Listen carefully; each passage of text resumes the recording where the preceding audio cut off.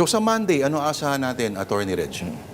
Asahan natin sa Monday yung continuation ng testimonya ni Miss Del Campo.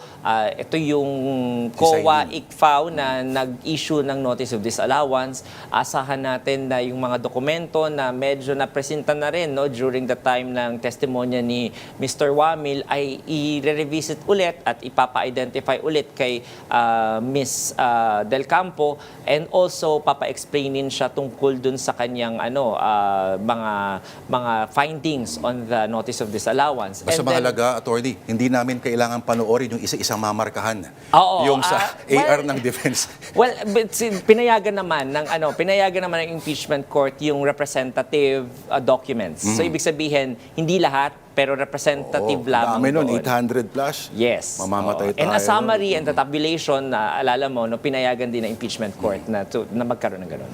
Last question, Attorney Reg. Anong metrics mo, ang metrics ng korte at ang buong communications apparatus kung successfully ba na i-communicate ninyo yung mga nangyayari sa tao? Hindi po sa media, pero sa tao talaga.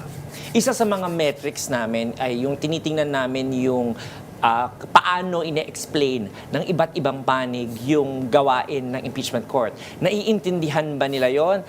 Consistent ba yung explanation, pati yung mga comments ng mga tao dun sa baba? Consistent ba yung naiintindihan nila na nangyayari? Kasi isa sa mga trabaho ko as a spokesperson is to try to bring down the language of the law to the masses, So you have to sift through the comment sections. Kaya nga, so kailangan namin tingnan isa-isa yun kung paano ba yung diskusyon nila doon. At kung mas maraming diskusyon, mas nakakatuwa kasi that is proof na our democracy is alive.